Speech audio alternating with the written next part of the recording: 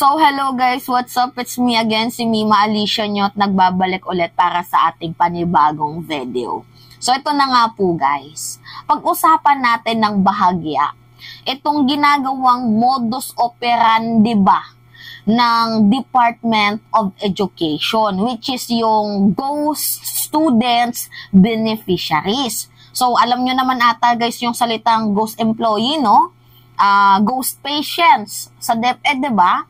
And ngayon guys, ito na nga yung nauuso na ghost beneficiary students. So bago ko guys tatalakayin kung ano yung modus na yan, gusto ko muna guys ipaalam sa inyo na dapat lahat tayo dito bumoses. Dahil unang-una, sayang po ang pera natin. 'Di ba? Kung taxpayer kayo, sayang po ang pera nyo. Kasi bayad kayo tax, tapos hindi naman napupunta sa tamang lugar, 'di ba? Sa tamang ahensya ang pera nyo. So kailangan nating makiisa, makialam sa issue na to dahil pera po natin ito. Ano? And calling our Vice President and DepEd Secretary Sara Duterte, nako po. Kasi ito guys, itong ghost ghost beneficiary students na to, another highest form of corruption level po ito guys. Madami nga akong nababasang comment na tirada nila kay VP nang sabi, hindi daw umubra sa confidential funds, kaya dito daw nagbabawi sa DepEd. Anyway, tough nila yon. Pero ang akin lang naman dito guys, ito na nga. Ano nga ba yung modus operandi na tinatawag na ghost beneficiary students? So, napag-alaman po ni Raffy Tulfo, kasi meron pong lumapit sa kanya sa Raffy Tulfo in Action, if I'm not mistaken, na meron pong mga nanay na nagrereklamo dahil hindi daw po binayaran ng gobyerno sa private school ang kanilang tuition fee. Ang kanilang mga babayaran kung kaya't na-hold ang card ng kanilang anak kaya hindi makapag-enroll sa, 'di ba, another level ng nila, ng kunyari grade 8 to grade 9 or grade 12 to college, 'di ba? Hindi sila maka-enroll dahil nga hindi pa po na-settled ang payment ng gobyerno dito sa private school. Kasi ganito 'yun, guys. Meron kasing ahensya yung gobyerno na tinatawag na GASPE, which is hinihikayat nila yung mga estudyante na mag-enroll sa private school. Kasi nga ang reason po ng ating gobyerno, masyado na pong crowded ang public school. So maglipat na lang kayo dito sa private school.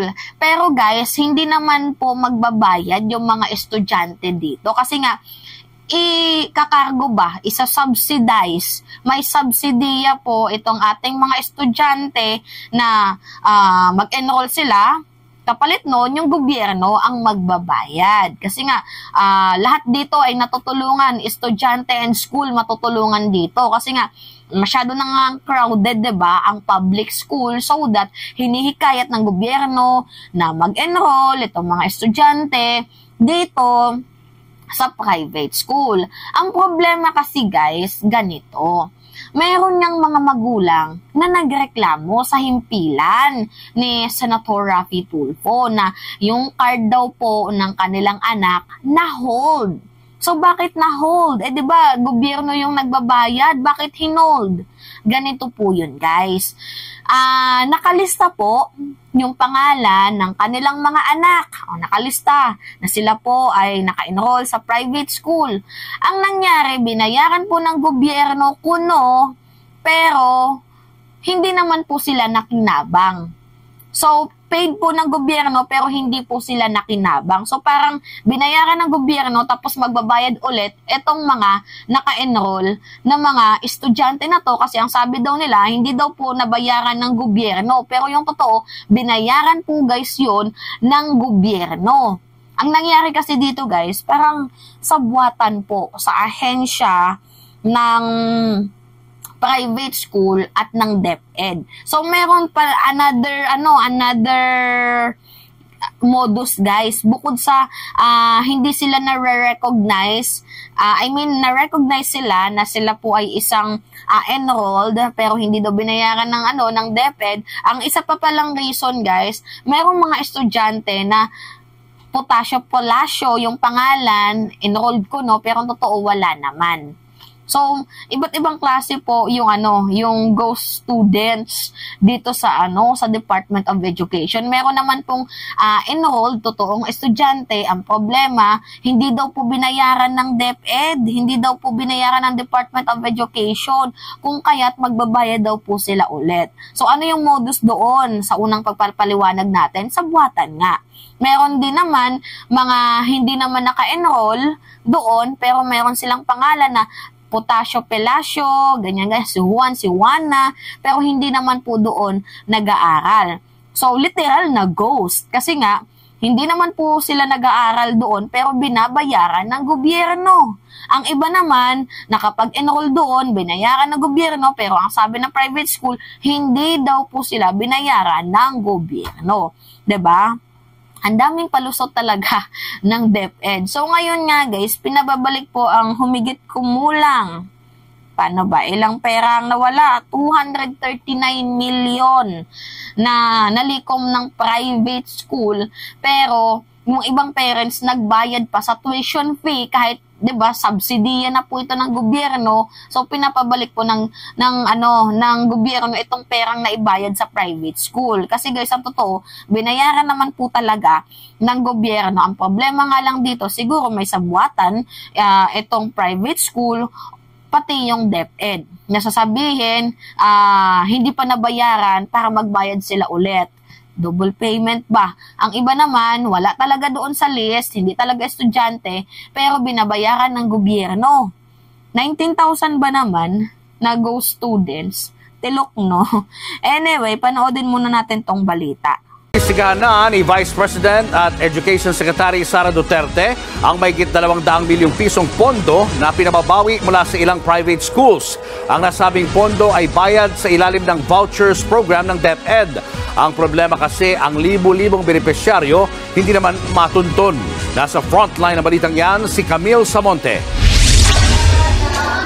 Higit 19,000 estudyante na binigyan ng voucher ng gobyerno para makapag-enroll sa private schools ang undocumented o hindi matunton ngayon.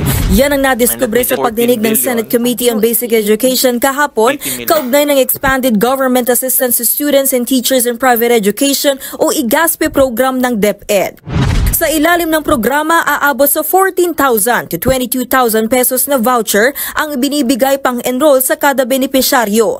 Tugon ito ng gobyerno sa lumulobong enrollment sa public schools.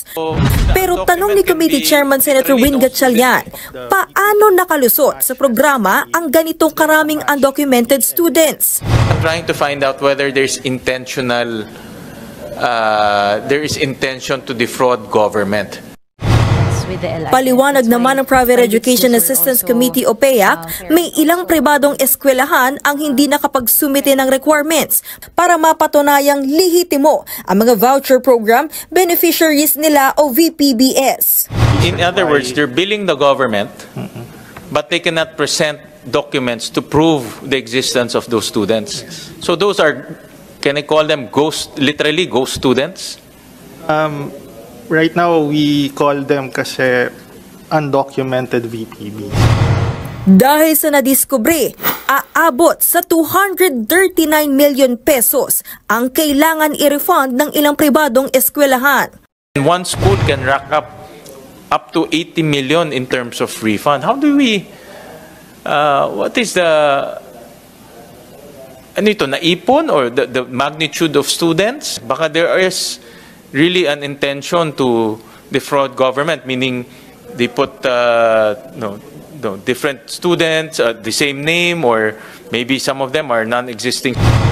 Yan, 'di ba?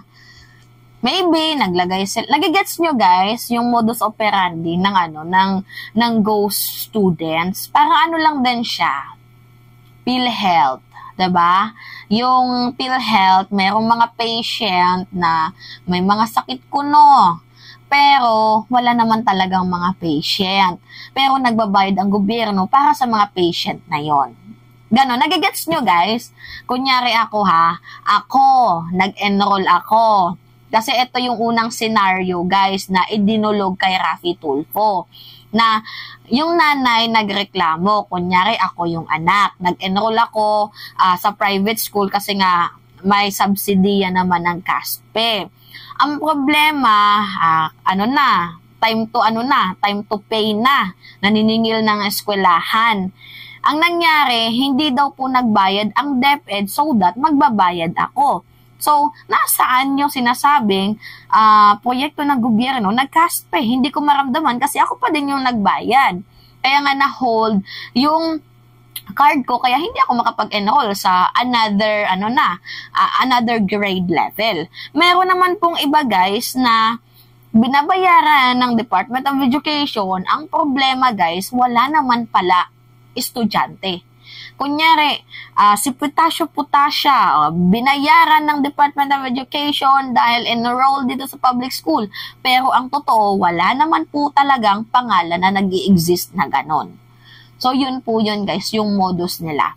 Iba't ibang klaseng modus nila, pero at the end of the day, ghost ang tawag. Kasi dito sa kabila, totoong muka, may enrollment, pero hindi binayaran daw ng DepEd. Dito naman sa kabila, walang muka, pero binayaran ng DepEd. Angas. Diba? Anyway, yun guys, yung modus ng Department of Education. Hoping sana na magkaroon pa ng further investigation and, mapagbayad yung vulnerable person dito sa action na to dahil lantarang corruption po ito. Anyway, yun lamang ho guys. At it's me again, si Mima Alicia nyo, at nagbabalik ulit para sa ating panibagong video.